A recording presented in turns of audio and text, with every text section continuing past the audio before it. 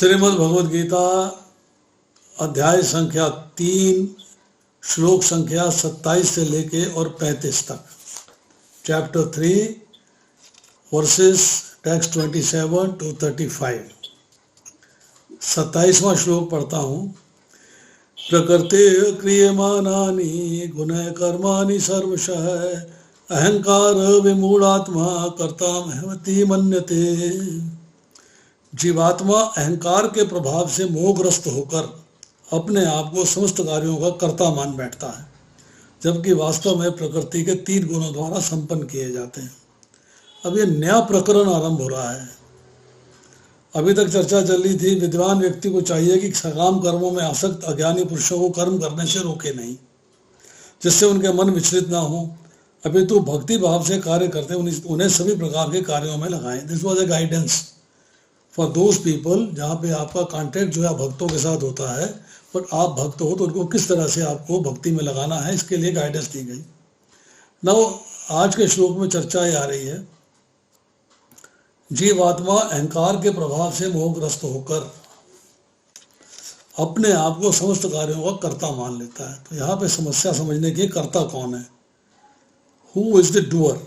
ये सबसे important point है श्लोक का, कि कार्य करने वाला कौन है, जीव है या कोई और। इसके बाद कहते हैं, जब वास्तव में अपनी प्रकृति के 3 गुणों द्वारा संपन्न किए जाते हैं। 3 गुण सतोगुण, रजोगुण, तमोगुण कार्य कैसे संपन्न करते हैं, this is to be understand. ये समझना है, इसको अंडरस्टैंड करना। Very difficult shloka, very very difficult shloka to understand. अब यहाँ पर जो है प्रभुपाद लिखते हैं परपट के अंदर, भौतिक चेतना वाला व्यक्ति अहंकार के कारण आश्वस्त रहता है कि वह सभी वस्तुओं का करता है। वह ये नहीं जानता कि शरीर की रचना प्रकृति के द्वारा हुई है, जो परमेश्वर की अध्यक्षता में कार्य करती है। दिस लाइन को अंडरस्टैंड करना है। इसके बाद, और अहंकारवश ऐसा व्यक्ति हर कार्य को स्वतंत्र रूप से करने का श्रेय लेना चाहता है। यही है उसके अज्ञान का लक्षण। उसे ज्ञात नहीं है कि उसके स्थूल तथा सूक्ष्म शरीर की रचना प्रकृति द्वारा भगवान की अध्यक्षता में की गई, अतः उसके सारे शारीरिक तथा मानसिक कार्य कृष्ण भावनामृत में रहकर कृष्ण की सेवा में तत्पर होने चाहिए। ये पॉइंट जो है ये अंडरस्टैंड करना है। This is very important to understand. अब देखिए, हम एक पढ़ते हैं 18वें अध्याय का 14वां श्लोक। बड़ा इंपॉर्टेंट श्लोक है। अधिष्ठानम तथा कर्ता कारणम च पृथक विधम विविधा च एव पृथक चेष्टा तैवम च एव अब पंचमम। 5 कारण है कर्म करने के, या 5 रीजंस।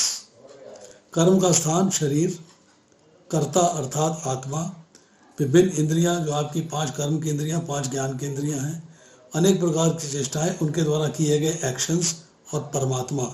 ये 5 कर्म के कारण हैं। ये श्लोक को आज के श्लोक के साथ कनेक्ट करके समझना है कि व्हाट एग्जैक्टली इट इज। अब देखिए,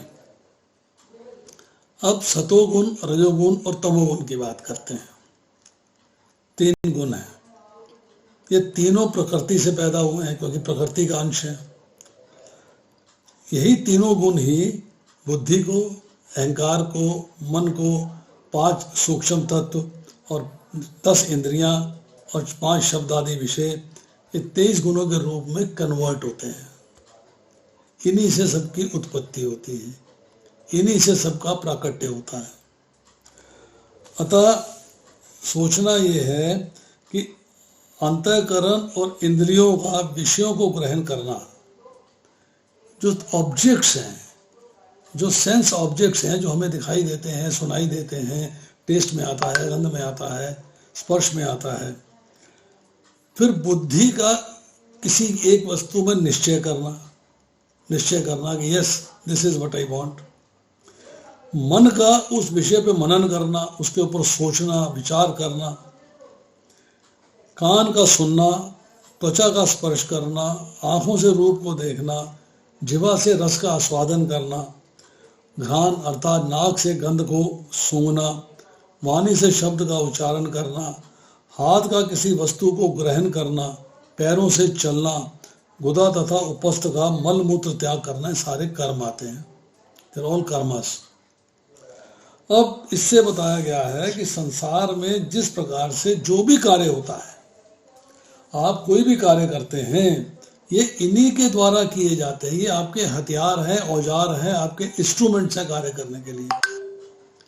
आपने कहा मेरे पास आओ, मेरी आत्मा ने इच्छा प्रकट करी कि मुझे आपके पास जाना चाहिए, पर जाने के लिए तो पैर बने हैं ना, इंस्ट्रूमेंट पैर है, वो आपके पास ले जाएगा।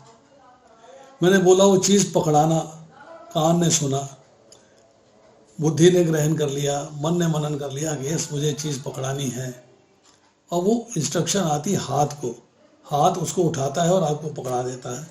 मतलब इच्छा प्रकट हुई कि आपको पकड़ाना है आत्मा के द्वारा, परंतु पकड़ाने का कार्य जो है वो हाथ ने किया है, अर्थात प्रकृति के उस अंश ने किया है, अर्थात आपका हाथ जो भौतिक प्रकृति से बना हुआ है उसके द्वारा हुआ है। अब यहाँ सवाल आता है कि अहंकार विमूढ़ आत्मा क्या होता है? अहंकार विमूढ़ आत्मा, विमूढ़ मतलब अहंकार से मोहित, जो अहंकार से मोहित हो गया। अब हम में अहंकार है किस चीज का? एक दृढ़ आत्मभाव, मैं जो है अहंकार है। मैं शरीर हूं और शरीर मेरा है, यह अहंकार है। मतलब प्रकृति ने दिया बुद्धि को, अहंकार को, मन को, पंच महाभूत, इंद्रियां और विषय, ये 23 तत्व जो है प्रकृति के द्वारा दिए गए हैं। अब इसके अंदर जो अहंकार है कि यस मेरे हैं, ये दीज आर माइन, प्रकृति के नहीं है, ये मेरे हैं। मन मेरा है, बुद्धि मेरी है, ये नाक मेरा है, आंख मेरी है, कान मेरा है, ये सारे जो अहंकार आ गया है, इससे व्यक्ति मोहित हो जाता है, भ्रमित हो जाता है, कंफ्यूज हो जाता है, अटैच्ड हो जाता है। अब इससे जो है, जो उसकी कॉन्शियसनेस मोहित हो रही है, अट्रैक्ट हो रही है, कंफ्यूज हो रही है, कॉन्फंट्रेशन में आ रही है, उससे क्या होगा कि वो उसने अपने आप को भौतिक सृष्टि के साथ कनेक्ट कर लिया है और परमात्मा से कनेक्शन को भूल गया है। मैं शरीर हूं, बस यहीं तक फाइनल बात है, आत्मा का कोई चर्चा नहीं, भगवान की कोई बात नहीं है। ना भगवान को समझता है, ना आत्मा को समझता है। किसको समझता है? मैं शरीर हूं, शरीर मेरा है। अब यहाँ जो अज्ञान है, जो अज्ञानी मनुष्य है, जिसको ये ज्ञान नहीं है, उसको बोला है विमूढ़ आत्मा। मतलब वो कंफ्यूजन में है, मोह में है। अब जब आसक्ति से रहित होकर विवेक का पालन करता है, बात को समझता है, क्या सही है क्या गलत है, क्या करनी है क्या करनी है, जब उसको अंडरस्टैंडिंग आ जाती है, तब वो अहंकार विमूढ़ आत्मा नहीं होता है, क्योंकि उसने अहंकार को भुला दिया है। ट्रू ईगो कि I am servant of Krishna, उसको फॉलो करता है, अर्थात भक्त की स्थिति में है। तो अब वो जो है विमूढ़ आत्मा नहीं है, अब वो विमूढ़ आत्मा नहीं है। अब मैं करता हूं, ये फीलिंग आ गई, क्योंकि उसने अपने आप को शरीर के साथ अटैच कर लिया है। आत्मा का कर्मों के साथ संबंध नहीं है, सिर्फ इच्छा प्रकट करती है, बस कर्म करते हैं, शरीर के औजार 23 हथियार जो हैं ये करते हैं। अब अज्ञानी मनुष्य क्या करता है? 23 तत्वों को अपना समझ के अभिमान कर लेता है। Yes, eye is mine, nose is mine, ear is mine, tongue is mine. मतलब इनको जो है, इनके साथ अपना कनेक्शन जोड़ लेता है और फिर उनके द्वारा जो कार्य होते हैं उसको अपना कार्य मान लेता है, इट इज डन बाय मी। ये इस तरह वो कर्मों का कर्ता बन बैठता है। मैं निश्चय करता हूं मुझे ये करना है, मैं संकल्प करता हूं मुझे ये करना है, मैं सुनता हूं, मैं देखता हूं, मैं खाता हूं, मैं पीता हूं, मैं सोता हूं, मैं चलता हूं, अर्थात सब क्रिया को मैं मीन्स मैं कर रहा हूं। मैं आत्मा नहीं, मैं शरीर हूं, ये फीलिंग हो गई। मैं आत्मा नहीं हूं, मैं शरीर हूं, ये फीलिंग है। तो सब क्रिया को, सब कार्यों को अपने द्वारा की हुई समझता है। जब अपने द्वारा की हुई समझता है तो क्या है, गलत रास्ते पे चलता है, ना करने योग्य कार्य भी कर बैठता है, तो कर्मों से बंधन होता है। और उस कर्मों के बंधन से कर्म फल जो मिलते हैं उसको भोगने के लिए बार बार शरीर धारण करना पड़ता है, बार बार शरीर को, बार बार अपने आप को शरीर में प्रकट करना पड़ता है। अब आप खुद अहंकार के ज्ञाता, अर्थात आत्मा अहंकार की ज्ञाता है, पर जब अहंकार को आत्मा के बजाय अपना स्वरूप मान लेता है, यस दिस इज मी, जैसे मैंने बोला मैं ही शरीर हूं और शरीर ही मेरा है, ये मूल आत्मा हो गया। अब अहम, अहम शब्द आया इसके अंदर। अहम मीन्स मैं, दो टाइप का है, एक है वास्तविक और एक है अवास्तविक, एक है ट्रू और एक है false, true ego and false ego. मैं, ट्रू ईगो मीन्स वास्तविक है, मीन्स मैं आत्मा नित्य हूँ, आई एम इटर्नल, ये ट्रू ईगो है। फॉल्स ईगो क्या है? माना हुआ है कि मैं शरीर हूँ और शरीर मेरा है, अनित्य चीज को मान लिया है, तो ये वास्तविक ईगो ना होके ये अवास्तविक ईगो है, फॉल्स ईगो है। अब मिस्टेक क्या हुई हमसे? ये सारे जो हमने अभी तक स्टडी किया, पढ़ा, इसमें मिस्टेक क्या हुई? मिस्टेक ये हुई कि वास्तविक अहम जो है, मैं जो मेरा स्वरूप है, आत्मा जो है उसका जो स्वरूप है, जीवेरे स्वरूप कृष्णेर नित्यदास, उस स्वरूप को भूल कर मैंने जो है अवास्तविक अहंकार, मतलब मैं शरीर हूँ, इसी को मान लेना। दास की बात तो भूल गए, भगवान की बात तो भूल गए।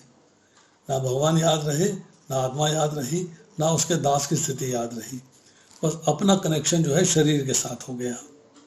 जब इस अहंकार से मोहित कॉन्शियसनेस जिसकी हो जाती है, अंतःकरण हो जाता है, वह ज्ञानी पुरुष कर्मों का कर्ता अपने को मान लेता है और अहंकार को अपना स्वरूप मान लेता है कि yes me, me and me, और कुछ नहीं, आत्मा कुछ नहीं है, भगवान कुछ नहीं है, मैं भगवान का दास हूं, ये भी कुछ नहीं।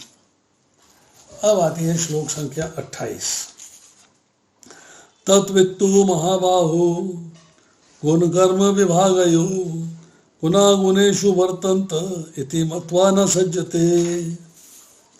हे महाबाहु, भक्ति भावमय कर्म तथा सकाम कर्म के भेद को भली भांति जानते हुए जो परम सत्य को जानने वाला है, वह कभी भी अपने आप को इंद्रियों तथा इंद्र तृप्ति में नहीं लगाता।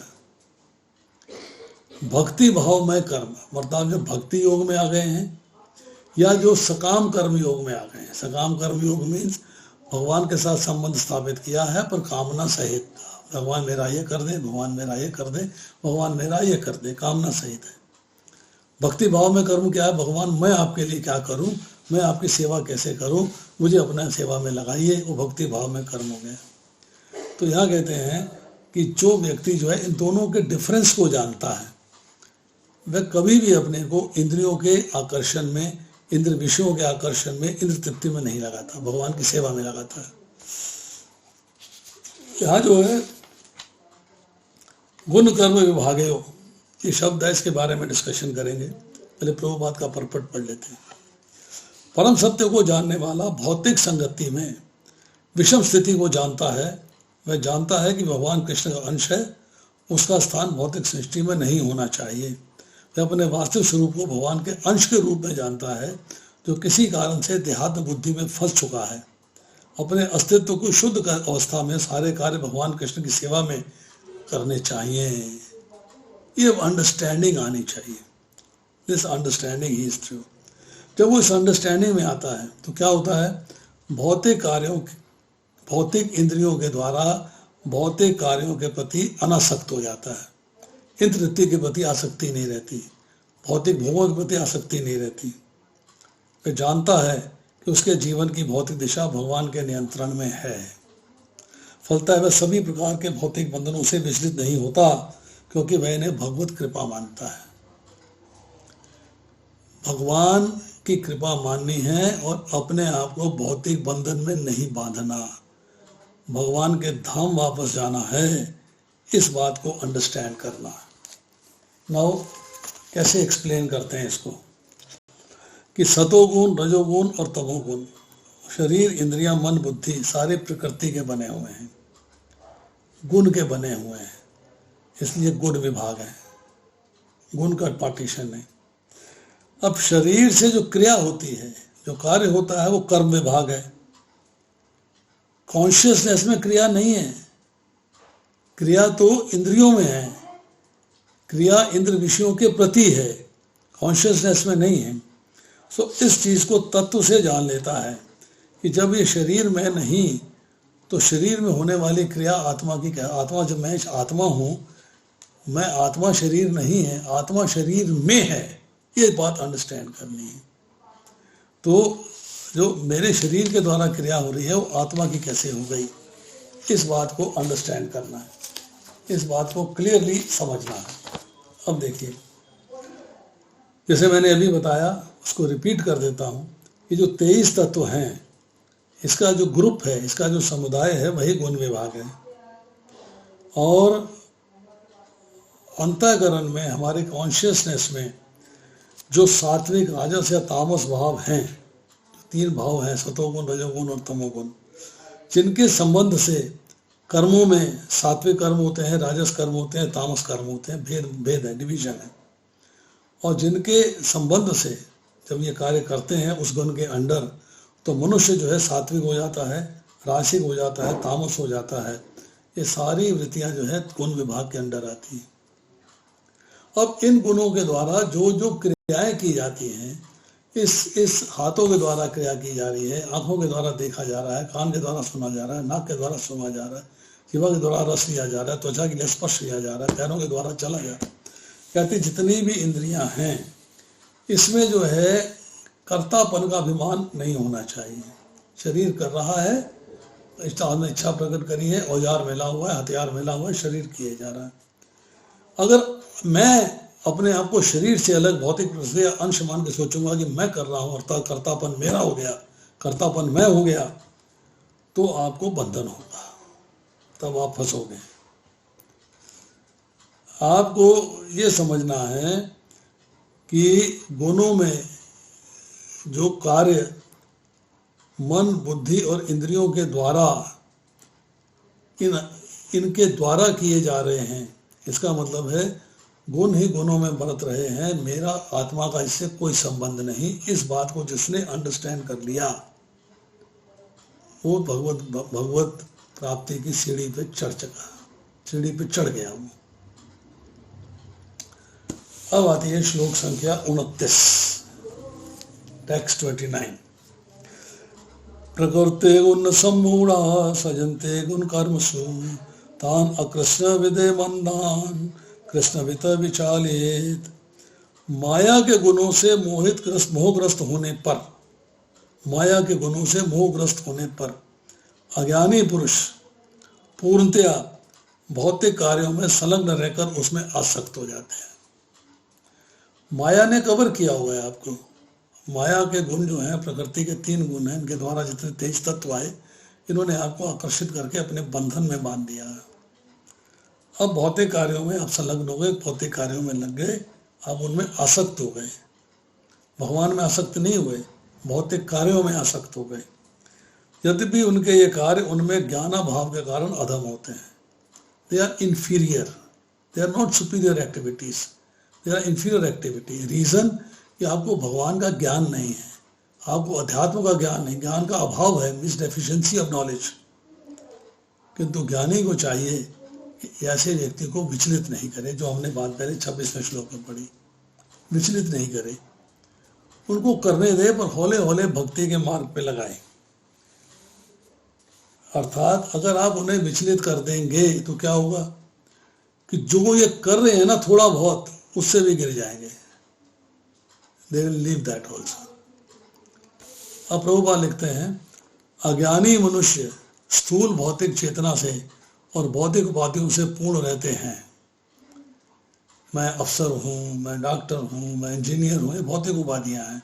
मैं मिनिस्टर हूँ, मैं चीफ मिनिस्टर हूँ, मैं प्राइम मिनिस्टर हूँ, ये भौतिक उपाधियाँ हैं। शरीर प्रकृति की देन है, और जो व्यक्ति शारीरिक चेतना में अत्यधिक आसक्त होता है वह मंद अर्थात आलसी कहा जाता है। आलसी क्यों? अरे भगवान की सेवा करने का, भगवान के धाम प्राप्त करने का आपको अवसर मिला है, अब यूटिलाइज नहीं कर रहे हो तो आप आलसी हो गए, आप डल हो गए, आप आलसी हो गए। अज्ञानी मनुष्य शरीर को आत्मस्वरूप मानते हैं, उनके लिए शरीर ही सब कुछ है, ज्ञान नहीं है, इसलिए आत्मा के बारे में जानते नहीं है। वे अन्यों के साथ शारीरिक संबंध को बंधुत्व मानते हैं और जिस देश में शरीर प्राप्त हुआ उसे पूज्य मानते हैं। में सारी धुरी शरीर के आसपास, सारी बॉडी का कनेक्शन शरीर के साथ है।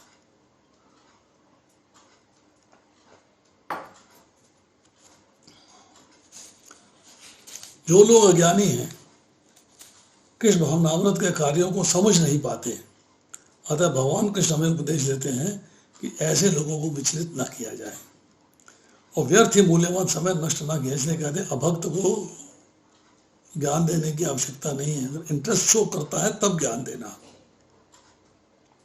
किंतु भगवत भक्त भगवान से भी अधिक दयालु होते हैं, क्योंकि वे भगवान के अभिप्राय को समझते हैं। फलतः वे सभी प्रकार के संकट झेलते हैं, यहाँ तक कि वे अज्ञानी पुरुषों के पास जा जाकर उन्हें कृष्ण भावनामृत के कार्यों में प्रवृत्त करने का प्रयास करते हैं, जो मानव के लिए परम आवश्यक है। अब देखिए,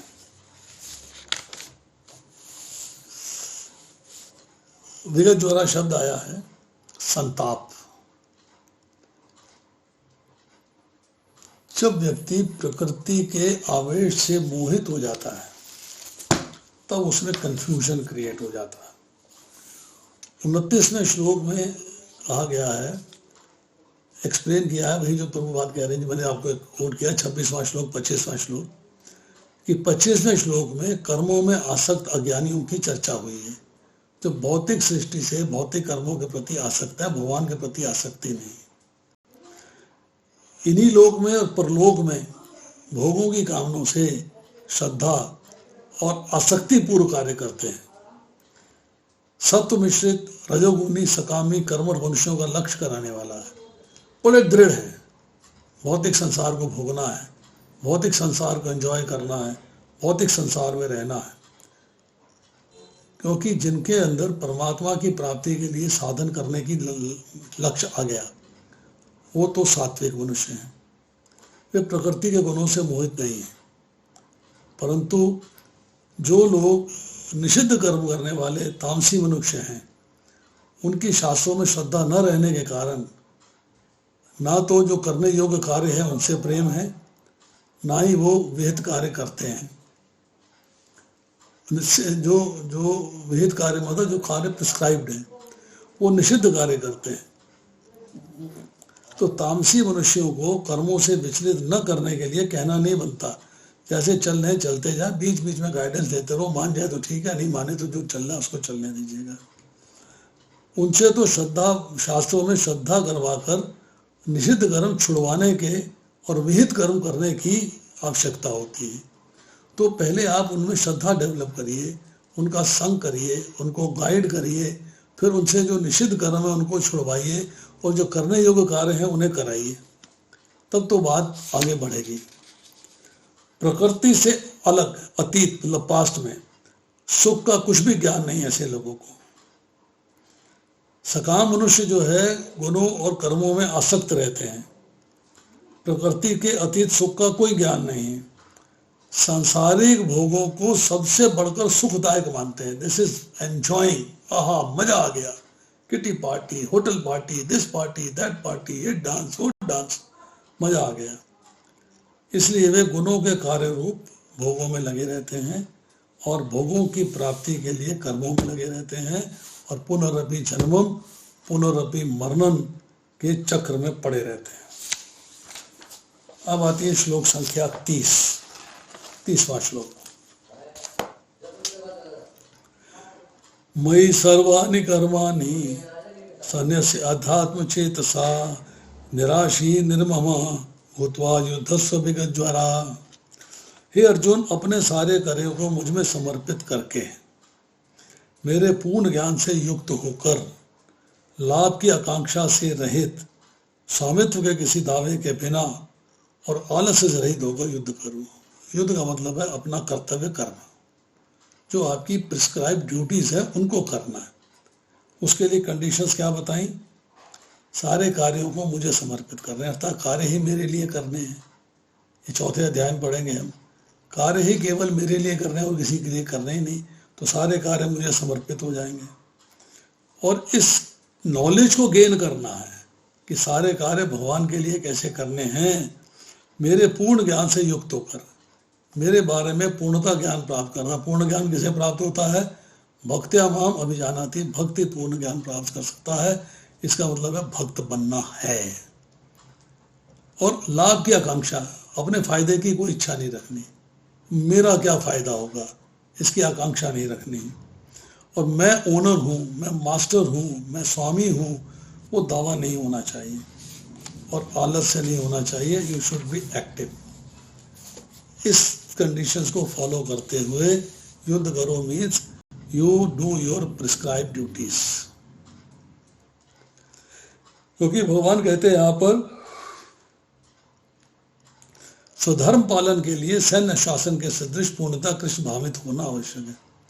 जैसे एक सैनिक जो है अनुशासन में रहता है, इसलिए कृष्ण भावनामृत में अनुशासन का पालन करना चाहिए। Rules and regulations have to be followed.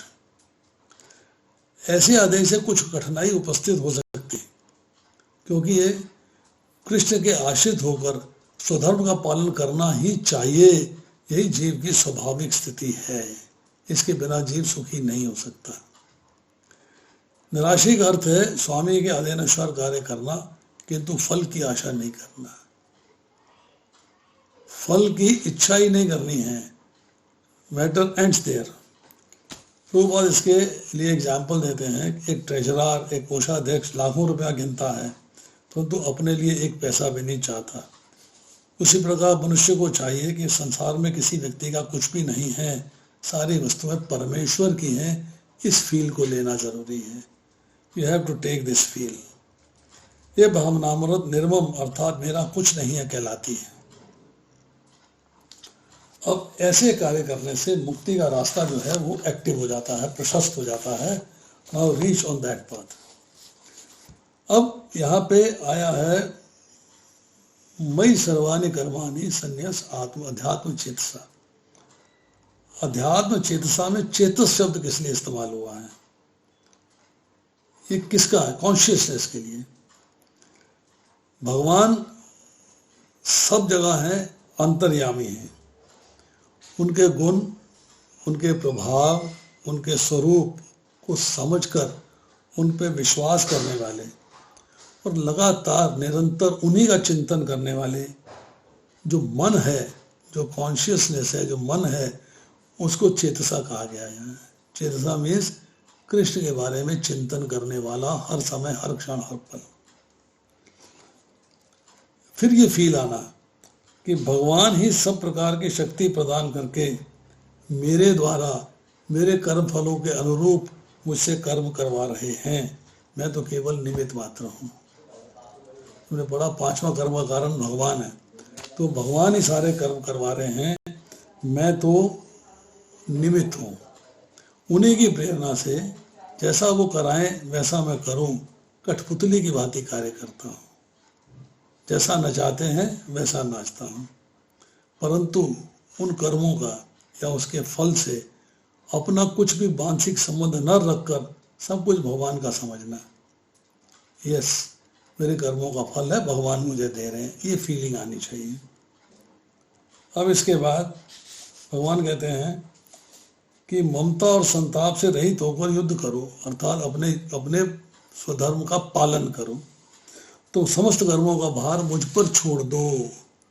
सब प्रकार की आशा, ममता, राग, द्वेष, हर्ष, शोक इत्यादि विकारों से रहित हो जाओ। ये बात भगवान ने दूसरे अध्याय के 38वें श्लोक में कही।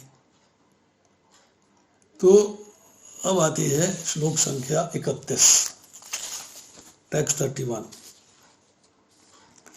ये मे मतम इदम नित्यम अनुतिष्ठन्ति मानवः श्रद्धावंत अनुसूयन्त मुच्यन्ते ते अपि कर्मभिः। जो व्यक्ति मेरे आदेशों के अनुसार अपना कर्तव्य करते रहते हैं और ईर्ष्या रहित होकर इस उपदेश का श्रद्धा पूर्वक पालन करते हैं, वे सकाम कर्मों के बंधन से मुक्त हो जाते हैं। भगवान ने बंधन से मुक्त होने का तरीका बता दिया। क्या तरीका बताया? नंबर 1 कि मेरे आदेश के अनुसार अपना कर्तव्य करना है। Perform your duties as per my instructions. Number 1। Number 2, मेरे उपदेश में तुम्हें ईर्ष्या नहीं होनी चाहिए, ना मेरे में ना मेरे उपदेश में। ये तो ऐसे ही कहते रहते हैं, मैं कोई कम हूँ, मैं भी तो बोल सकता हूँ, मैं भी तो कह सकता हूँ, नहीं। और उपदेश का पालन करना है विद फेथ, श्रद्धा पूर्वक। तो ऐसे व्यक्ति सकाम कर्मों के बंधन से मुक्त हो जाते हैं। प्रभुपाद लिखते हैं, ऐसे अनेक दार्शनिक हैं जो भगवद गीता पर टीका रचते हैं किंतु कृष्ण में कोई श्रद्धा नहीं रखते। वे कभी भी सकाम कर्मों के बंधन से मुक्त नहीं हो सकते। किंतु एक सामान्य पुरुष भगवान के इन आदेशों में दृढ़ विश्वास करके कर्म नियम के बंधन से मुक्त हो जाता है, भले ही वे आदेशों का ठीक से पालन न कर पाए। कृष्ण भावनामृत के प्रारंभ में भले ही कृष्ण के उपदेशों का पूर्णतः पालन ना हो पाए, किंतु चूंकि मनुष्य इस नियम से प्रसन्न नहीं होता, पराजय तथा निराशा का विचार किए बगैर निष्ठापूर्वक कार्य करता है। इस फेथ और निष्ठापूर्वक कार्य करता है। अब देखिए इस श्लोक में भगवान क्या कह रहे हैं। श्रद्धावंत और अनुसूयंत 2 शब्द इस्तेमाल हुए हैं।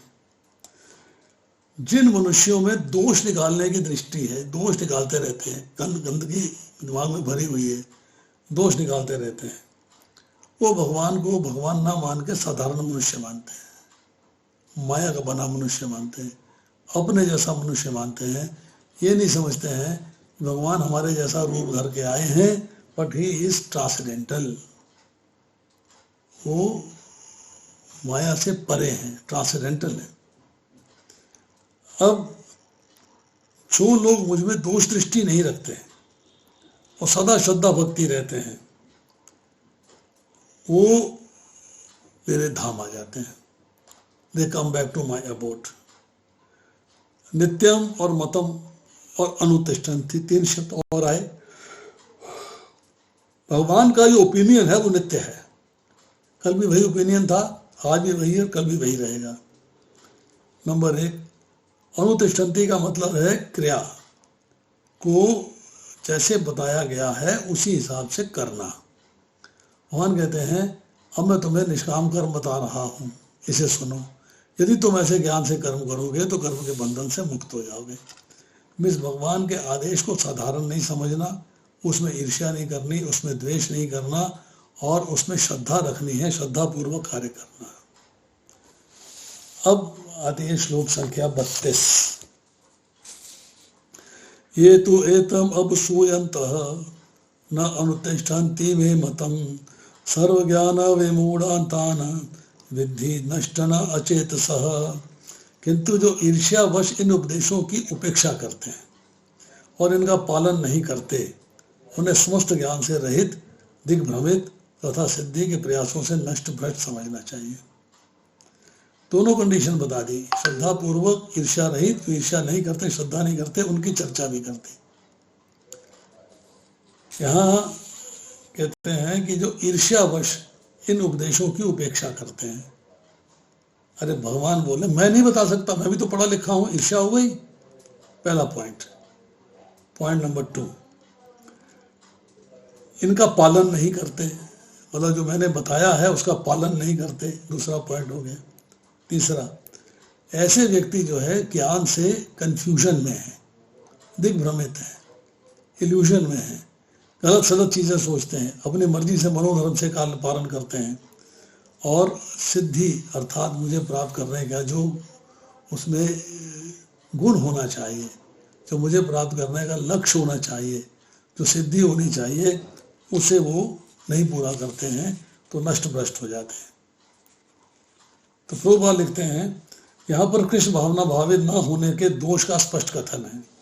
जिस प्रकार परम अधिशासी की आज्ञा के उल्लंघन के लिए दंड होता है, उसी प्रकार भगवान के आदेश के प्रति अवज्ञा के लिए भी दंड है।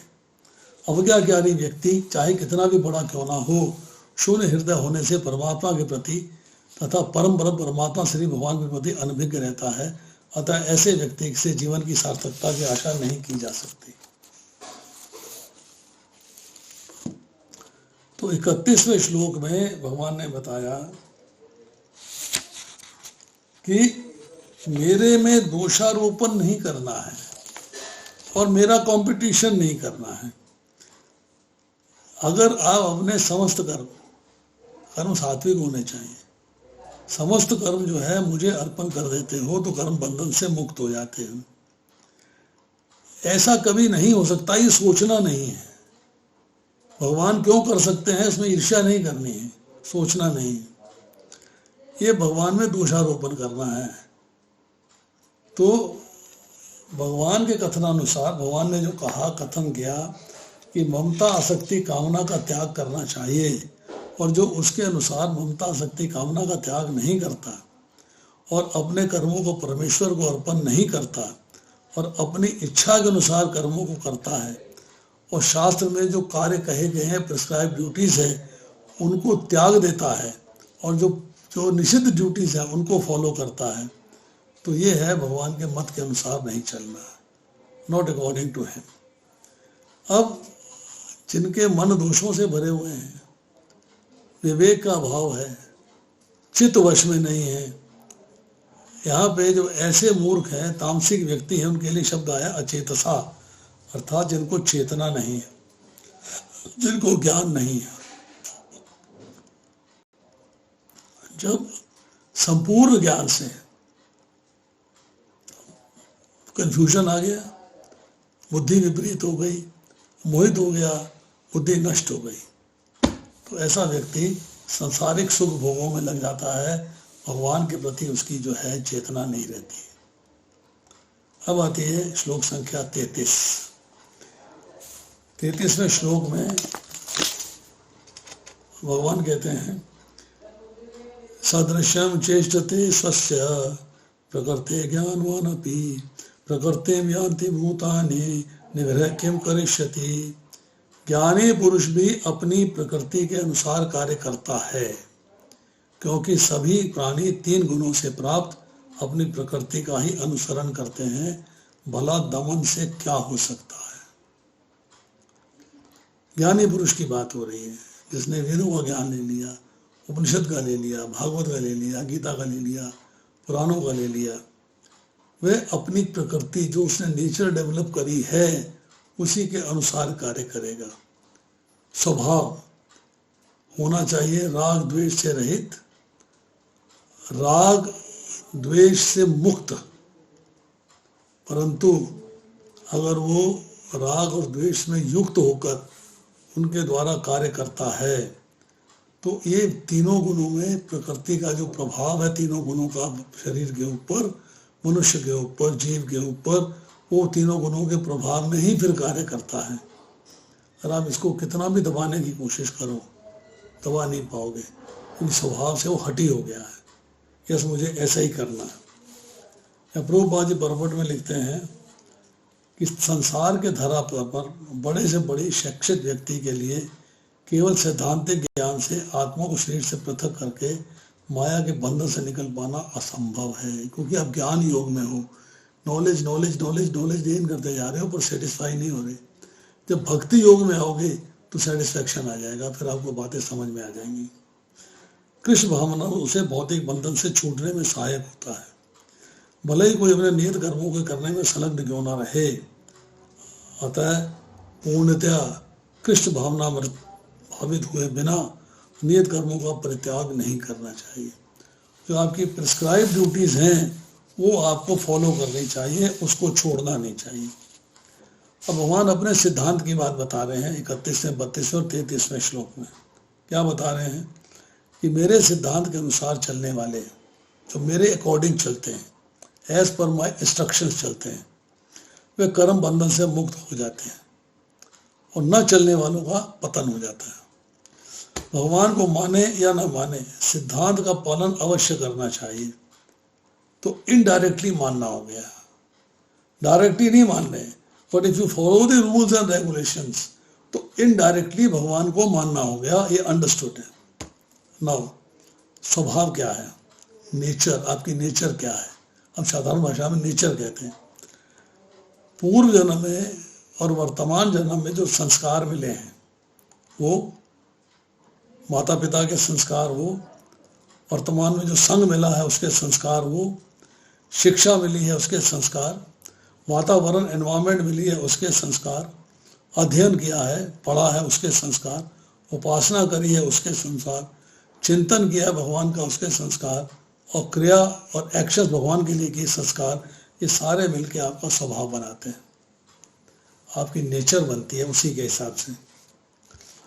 अब भक्त जो है अगर ज्ञानी है तो उसकी प्रकृति दिन ब दिन ज्ञान प्राप्त करके शुद्ध होती चली जाएगी, तो वो समझ पाएगा कि what is right for me and what is wrong for me, मुझे क्या करना चाहिए और क्या नहीं करना चाहिए।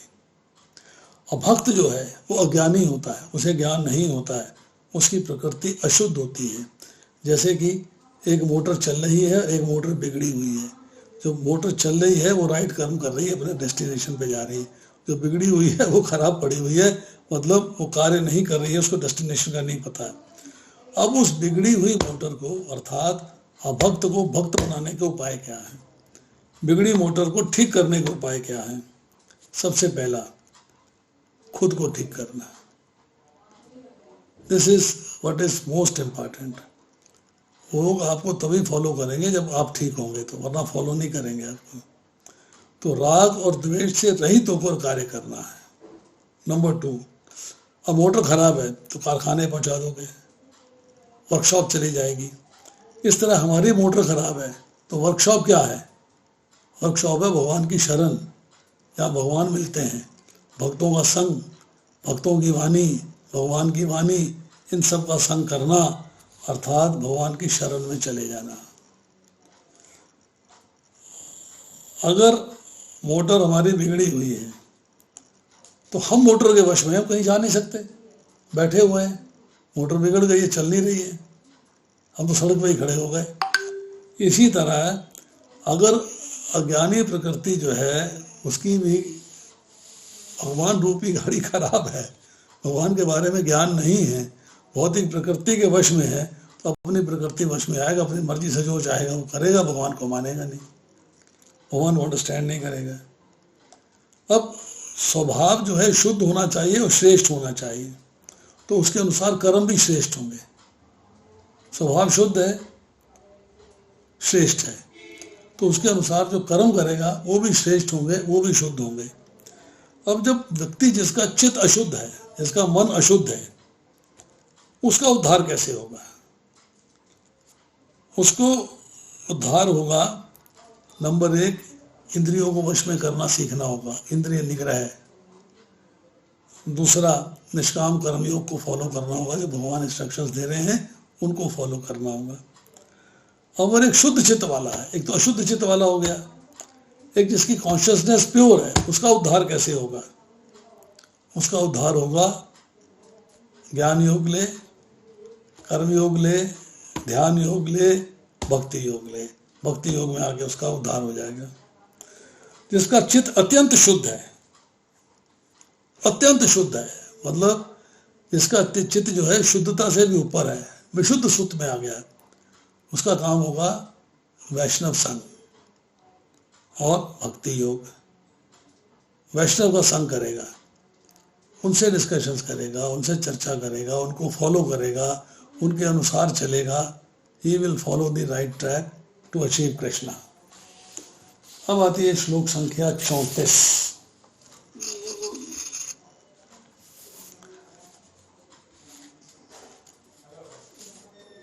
इंद्रियस्य अर्थे राग द्वेषो व्यवस्थितो तयोयो न वशम आगच्छेत तो ही तस्य परिपंथनो।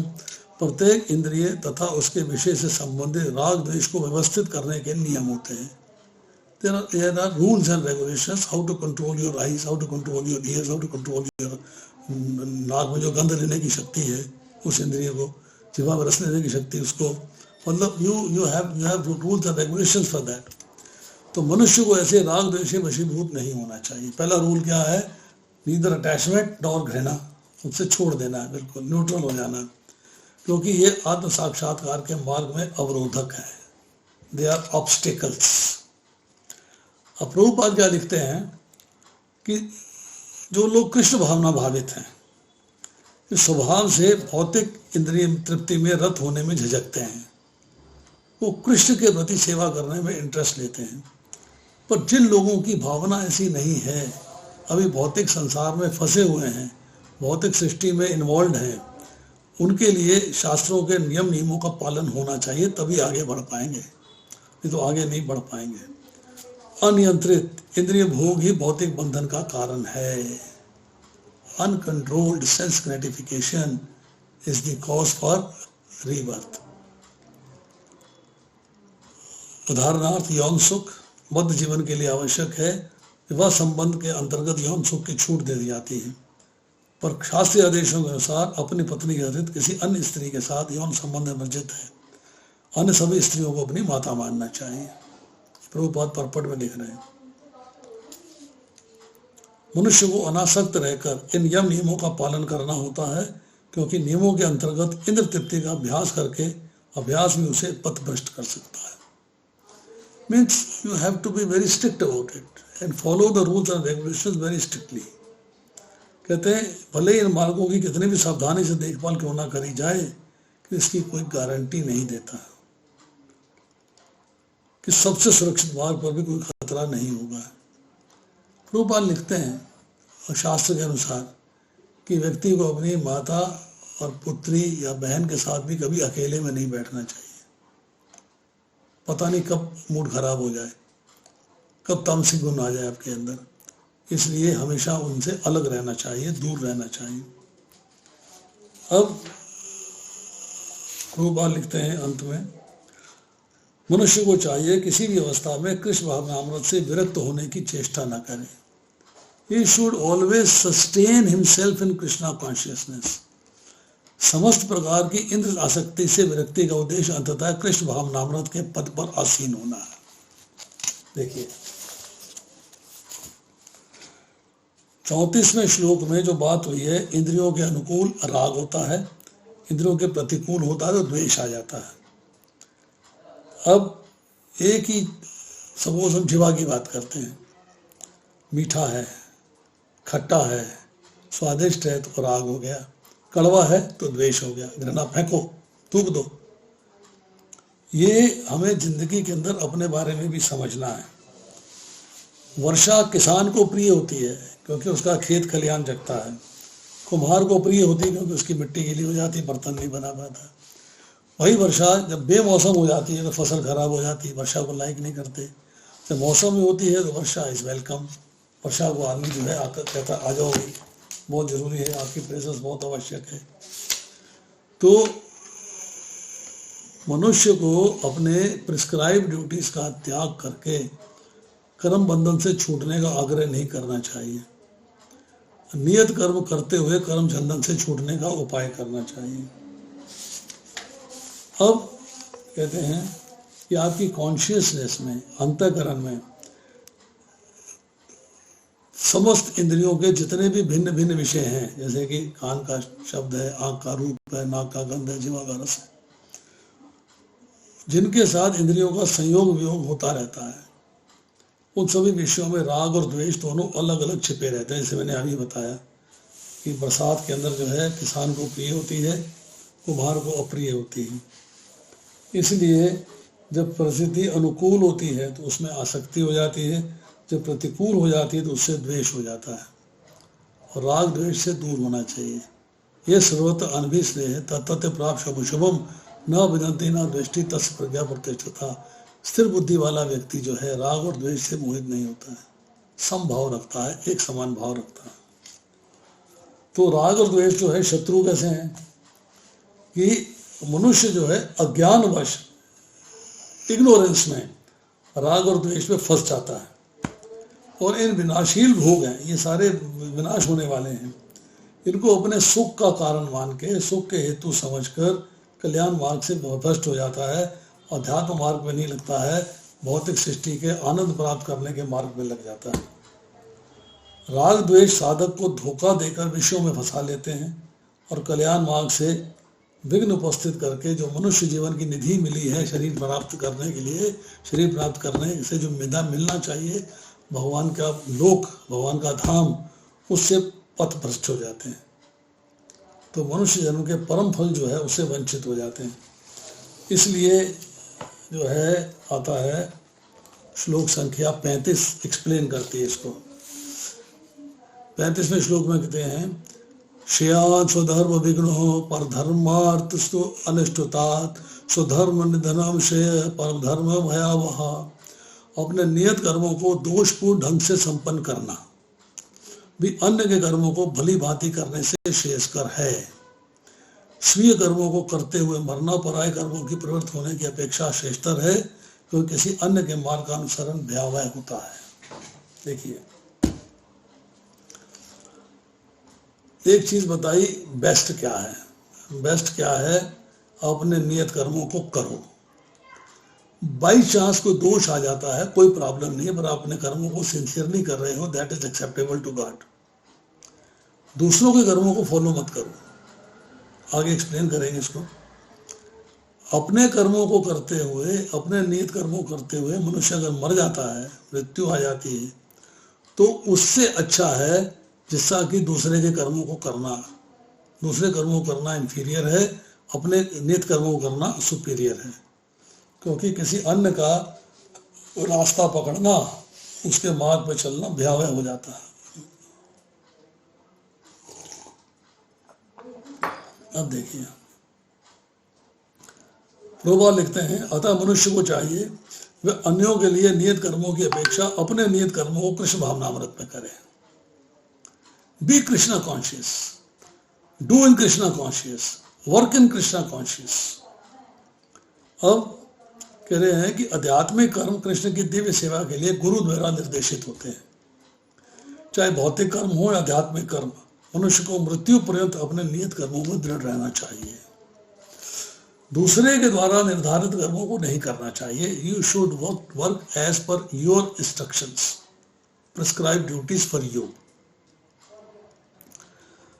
कहते हैं, उदाहरणार्थ प्रभुपाद लिखते हैं, सतोगुणी ब्राह्मण कभी हिंसक नहीं होता, रजोगुणी क्षत्रिय को हिंसक होने की अनुमति है।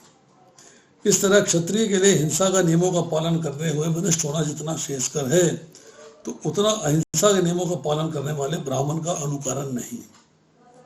Follow your own prescribe duties.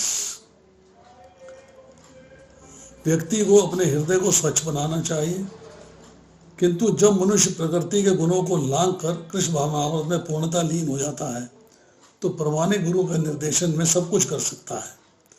Krishna भावनामृत की पूर्ण स्थिति में एक क्षत्रिय ब्राह्मण की तरह, एक ब्राह्मण क्षत्रिय की तरह कर्म कर सकता है, but he has to be Krishna conscious in perfection. दिव्य अवस्था में, that is a transcendental stage, दिव्य अवस्था में भौतिक जगत का भेदभाव नहीं रहता। उदाहरणार्थ, विश्वामित्र क्षत्रिय थे, परंतु बाद में ब्रह्म ऋषि हुए, ब्राह्मण बन गए। परशुराम पहले ब्राह्मण थे, परंतु बाद में क्षत्रियों का संहार करते हुए क्षत्रिय बन गए। ब्रह्म स्थित होने के कारण ही वे ऐसा कर सके, किंतु जब तो कोई भौतिक स्तर पर रहता है, प्रकृति के गुणों के अनुसार ही उसको कार्य करना चाहिए। अब देखिए, पर धर्म ब्राह्मण के लिए क्या है? क्षत्रिय का धर्म, वैश्य का धर्म और शूद्र का धर्म। सन्यासी के लिए क्या है? गृहस्थ का धर्म, उसके लिए पर धर्म है वो। अर्जुन क्षत्रिय है पर भीख मांगना चाहता है। भागवतम के 7वें स्कंद के 15वें अध्याय के 12वें श्लोक में आती है, धर्म की 5 शाखाएं हैं, विधर्म, परधर्म, उपधर्म, छल धर्म और आभास धर्म। 5 शाखाएं हैं। विधर्म क्या है? जिस कार्य को धर्म बुद्धि से करने पर भी अपने धर्म में बाधा पड़े। मेरा जो धर्म है वो है भगवान की सेवा, उसमें बाधा पड़ती है, मैं तो अपने विचार से ठीक कर रहा हूँ, परंतु उसमें फॉलो ठीक नहीं हो रहा है, गलत, इसका मतलब विधर्म है वो। पर धर्म क्या है?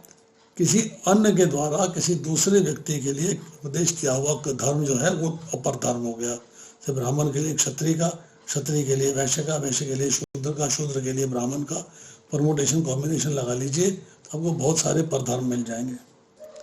उपधर्म क्या है? कि आप पाखंड का आचरण करते हैं, होते कुछ हैं, दिखाते कुछ और हैं। छल धर्म क्या है?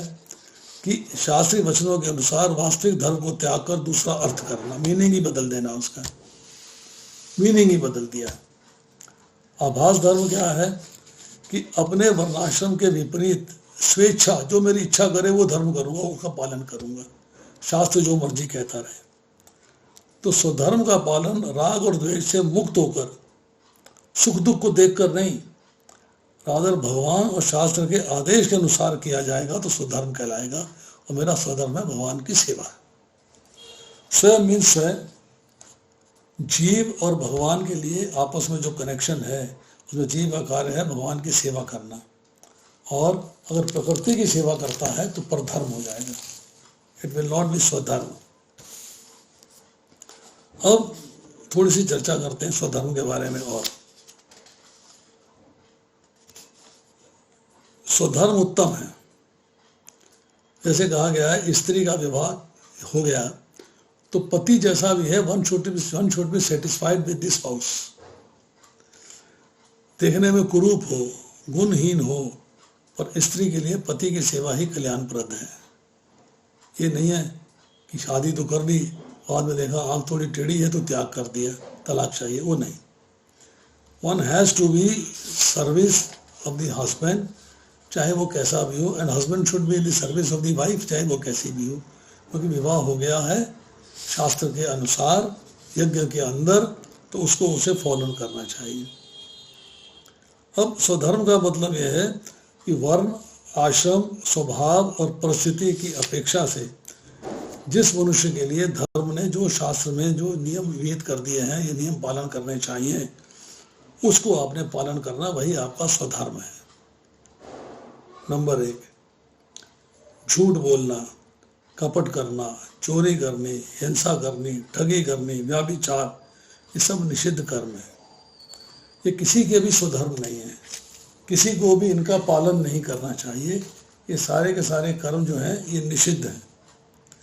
अब आती है बात कि जिस वर्ण या आश्रम के लिए विशेष धर्म बताए गए उसको वही धर्म करने चाहिए, दूसरे को फॉलो नहीं करना चाहिए। वेदाध्ययन करना, यज्ञ आदि कर्म द्विजों के लिए स्वधर्म है, जिसमें सभी वर्ण आश्रम के पुरुषों का अधिकार है। वे ईश्वर की भक्ति, सत्य भाषण, माता पिता की सेवा, मन इंद्रियों का संयम, ब्रह्मचर्य पालन, अहिंसा, अस्तेय, संतोष, दान, दया, क्षमा, पवित्रता, विनय आदि जितने सामान्य धर्म है सारे स्वधर्म है और हर एक के लिए अप्लाई होते हैं। ये नहीं कि ब्राह्मणों के लिए हैं, नहीं, ये सब के लिए हैं। These are for everyone. Now अब आती है वर्णाश्रम व्यवस्था कि वर्णाश्रम व्यवस्था बनी हुई है और सबको उसका पालन करना चाहिए। इससे आपका उद्धार होगा कि अगर आपका जो है जैसे कर्म संस्कार थे, जैसे आपकी जो है स्वभाव बना, उसी के अनुकूल बना है, तो उसमें आपकी एक स्वाभाविक वृत्ति आ जाती है। अगर आपका जो है जन्म ब्राह्मण कुल में हुआ है तो ब्राह्मण के कर्मों का पालन करना चाहिए, क्षत्रिय का हुआ है तो क्षत्रिय के कर्मों का पालन करना चाहिए। ये क्षत्रिय का कार्य है स्वधर्म युद्ध करना, दुष्टों को दंड देना, पर उसमें अहिंसा और शांति की कमी होती है। वैश्य का कार्य है कृषि, उन कर्मों में हिंसा और आदि दोषों की बहुलता है। हल बन जो जोते हैं, कुछ कीड़े मकोड़े मर जाते हैं, वो परवाह नहीं करता, उसकी चलता रहता वो।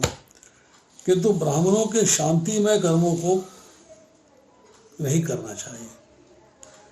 शूद्र के कर्म वैश्यों और क्षत्रियों की अपेक्षा निम्न श्रेणी के हैं, तो उसके अंदर उसको अपने धर्म का पालन करना चाहिए, उसे दूसरे का धर्म नहीं करना चाहिए। अब अपने धर्म में मरना भी कल्याणकारक है, ये बात समझने वाली है कि स्वधर्म पालन में किसी तरह की आपत्ति आ जाती है, ऑब्स्टिकल आ जाता है, रुकावट आ जाती है, और अगर आप जो है उसको पालन नहीं कर पाते हैं पर आपकी भावना है, आप भगवान की सेवा में लगे रहे हैं, तो कम से कम आप स्वर्ग लोग तो पहुंच ही जाओगे। ज़्यादा ऊपर ना जा पाए तो, ज़्यादा ऊपर चलेंगे तो मुक्ति प्राप्त हो जाएगी, या तो स्वधर्म मिल जाएगा या मुक्ति मिल जाएगी। तो आपत्ति आने पे भी आपको अपने धर्म से डिगना नहीं चाहिए। उसका मरण हो जाए, मरण उसके लिए कल्याण वाला हो जाता है। राजा दिलीप ने क्षत्रिय धर्म का पालन करते हुए गौ के बदले सिंह को अपना शरीर अर्पित कर दिया। राजा शिवी ने शरणागत रक्षा रूप धर्म का पालन करने के लिए कबूतर के बदले में अपने शरीर का मांस ब्याज को देकर मरना स्वीकार कर लिया। तो ये हम देखते हैं कि मनुष्य को किसी भी समय, ये स्वर्गारोहण एक उपनिषद उसका उसका पार्ट है ये। मनुष्य को किसी भी समय काम से, भय से, लोभ से जीवन रक्षा के लिए धर्म का त्याग नहीं करना चाहिए। धर्म नित्य है, सुख और दुख अनित्य है। जीव नित्य है, जीवन का हेतु भौतिक प्रकृति के भोगों को भोगना अनित्य है। हरे कृष्णा प्रभु जी। अगली class we have diksha class is there. Thank you. आज इतना ही, शेष फिर। तो प्रभु जी को हम एक बार दोबारा एक अच्छा से प्रवचन दिया था उनको। एक बार हरे कृष्ण महामंत्र बोल के उनको जगन्नाथ जी से प्रार्थना करते कि उनके स्वास्थ्य अच्छा हो ना। तो बोलिए, दूर से बोलिए, हरे कृष्णा कृष्णा कृष्णा हरे हरे, हरे राम हरे हरे। आप प्रश्न है तो आप क्षमा कर दीजिएगा। तो क्लास जो है दीक्षा वाले, गुरु महाराज जी 16 तारीख दीक्षा देने वाले हैं, तो उसकी उनके बारे में थोड़ा चर्चा करना है, तो इसलिए क्षमा चाहता हूँ। तो किसी का प्रश्न है तो प्रभु से भी डायरेक्ट आप कांटेक्ट कर सकते हैं।